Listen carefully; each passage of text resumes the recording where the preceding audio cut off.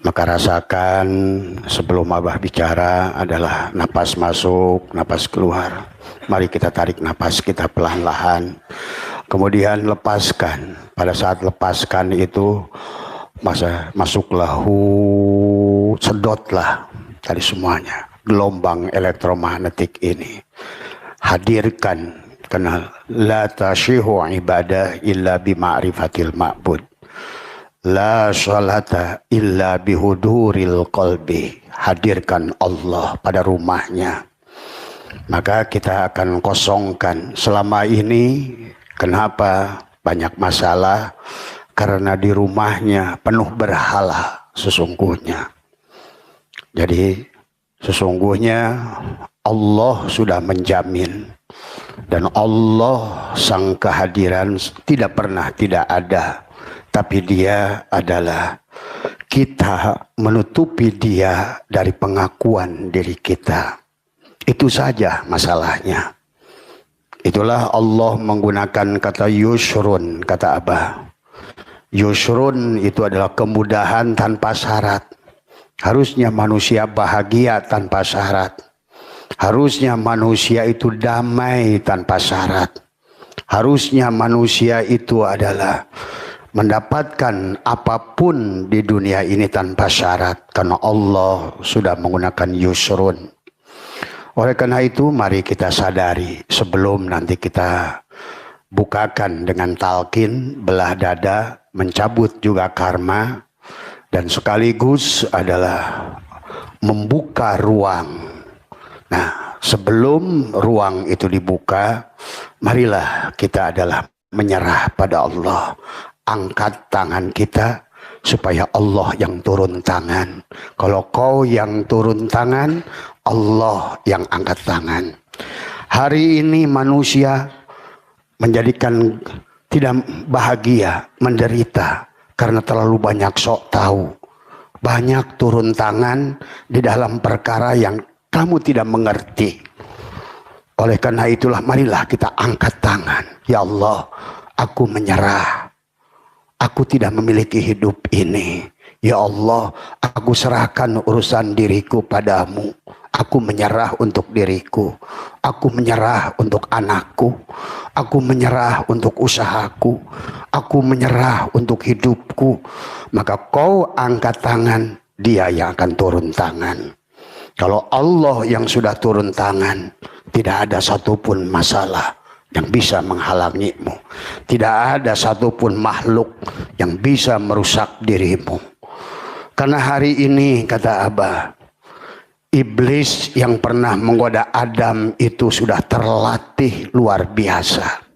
Sudah sparring partner dengan Adam. Adam kalah, maka diusir dari surga. Masuk ke Sis, masuk ke Idris, masuk ke Nuh. Nuh pun berbuat salah, Idris pun berbuat salah. Itulah kenapa dia minta Allah mengajab kaumnya. Lut berbuat salah, Hud berbuat salah, Soleh berbuat salah. Karena dia minta diturunkan ajab pada Tuhan. Inilah karena iblisnya. Bahkan hari ini iblis itu pernah berseteru dengan Nabi Muhammad terakhir. Demikian pula yang selamat sedikit. Hari ini Muhammadnya sudah wafat, Isa-nya sudah wafat, Ibrahimnya sudah wafat, tapi kita berhadapan dengan iblis yang sama. Maka sekarang iblis ini merusak ahli dzikir, iblis itu merusak kiai, iblis itu merusak menteri agama, iblis itu karena mereka iblis yang sama. Bayangkan hari ini Bapak harus berhadapan dengan mereka. Betapa militannya mereka. Dan sudah sparring partner dengan 124.000 nabi. Bayangkan. Nabinya semua udah gak ada. Secara hakikat hari ini pun ada. Cuma tadi karena sudah dibisikin oleh iblis seolah-olah nabi dan rasulnya sudah tidak ada. Nah inilah yang harus dipahami oleh kita.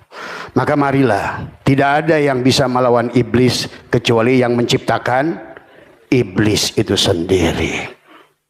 Maka iblis sudah menyampaikan, aku hancurkan semuanya.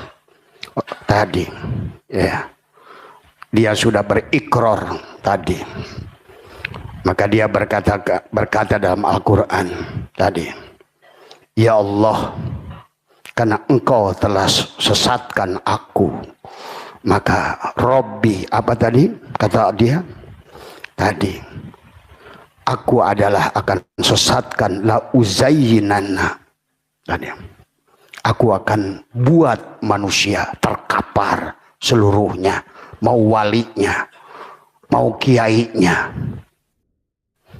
Maka hari ini Pak, kita ini sedang berada pada puncak kejayaan iblis kembali bangkit. Dunia ini secara syariat nampak terang benderang, tetapi secara hakikat gelap gulita hari ini. Pahami, semakin nampak terang benderang pada materi, maka semakin gelaplah kehidupan manusia sesungguhnya. Maka hari ini yang dihancurkan iblis itu bukan lagi preman, bukan tukang mabok, bukan rampok, tapi menteri agama, kiai, syekh, mursyid. Tuh. Maka Abah duduk di sini. Bukan Abah lebih baik dari bapak-bapak dan ibu-ibu. Kita adalah saudara. Maka tidak ada guru dan murid di kita ini. Kita adalah teman seperjalanan. Satu hidup, satu rasa, satu cinta. Ini yang harus kita bangun supaya kita berada dalam kebersamaan. Maka malam ini Abah ingin mengajak semuanya untuk Isra Mi'raj, mengajak semuanya kembali menghidupkan jiwa yang sudah mati. Malam ini Abah ingin membebaskan Yusuf yang sudah terpenjara oleh tubuh-tubuh ini. Abah ingin membebaskan adalah Adam dari iblis yang kelihatan semua ini. Abah ingin mengeluarkan Ashabul Kahfi dari gua. Tuh. Maka untuk berjalan ke situ, marilah kita semua senantiasa jangan bersandar pada orang ini. Jangan. Tapi marilah kita bersandar pada Allah. Orang ini hanya digunakan oleh Allah. Tadi semua. Maka tidak ada kemuliaan kepada Abah Setu. Tidak ada semuanya. Jangankan Abah ingin merubah nasib Bapak. Tapi tidak ada yang bisa merubah nasib Bapak. Kecuali keriduan Bapak mengembalikan hak Allah kepada Allah. Itu saja. Maka itulah Allah berfirman, innallaha la yughayyiru. Aku pun Allah tidak akan bisa merubahmu selama kau halangi aku dengan wujudmu. Karena kalau kamu yang ada, aku ada. Pahami tauhidnya. Itulah kenapa kita berjalan kepada Allah itu dengan nafi isbat. Nafikan keberadaanmu. Angkat tanganmu. Menyerahlah pada dia. Dia yang akan turun tangan. Dan Abah sudah buktikan. Pada saat Abah mengaku mursyid misalnya, guru, justru Abah tidak bisa membawa kemana-mana. Percayalah. Marilah kita sama-sama. Kita satu udara. Hanyalah Muhammad pada rupa Adam. Inilah Adam semuanya. Dalam wujud Muhammad. Dalam hayat Allah. Ini semua yang hadir. Satu hidup. Satu wujud. Wujud siapa? Muhammad. Tapi pada hidupnya Allah. Inilah hari ini. Ayo kita kembali pada Allah. Dan itulah yang diminta oleh Allah. Kembalilah. Karena aku ingin membahagiakanmu. Tadi semua. Allah tidak akan terhalang oleh apapun. Tapi kita yang menghalangi Allah dengan keberadaan kita.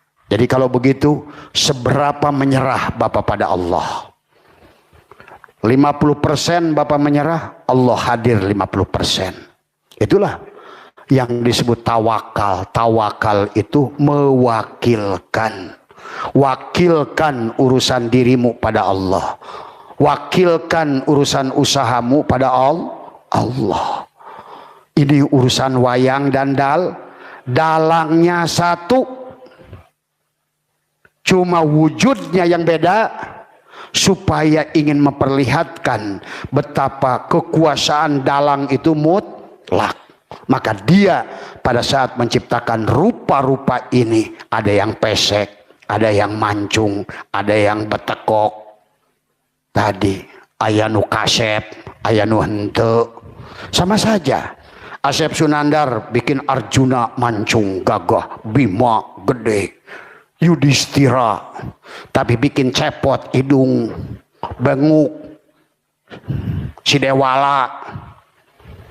Ya dalang terserah dia. Karena aku ingin diakui sesungguhnya segala kekuasaan itu pada diriku. Maka itulah Nabi Muhammad pernah ditegur. Kulillahi syafa'atu jami'an. Hei Muhammad, sesungguhnya syafaat itu milikku seluruhnya. Lahu mulkus samawati wal ar. Tuh, seluruhnya milikku, kerajaan langit dan bumi. Summa ilaihi turja'un. Itulah cara kalian pulang pada diriku. Jadi untuk jadi kaya itu bukan kerja keras sebenarnya. Ingin sukses itu bukan kerja cerdas sebenarnya. Karena kalau bicara tentang amal, iblis amalnya banyak nggak? Oh, maka dia protes.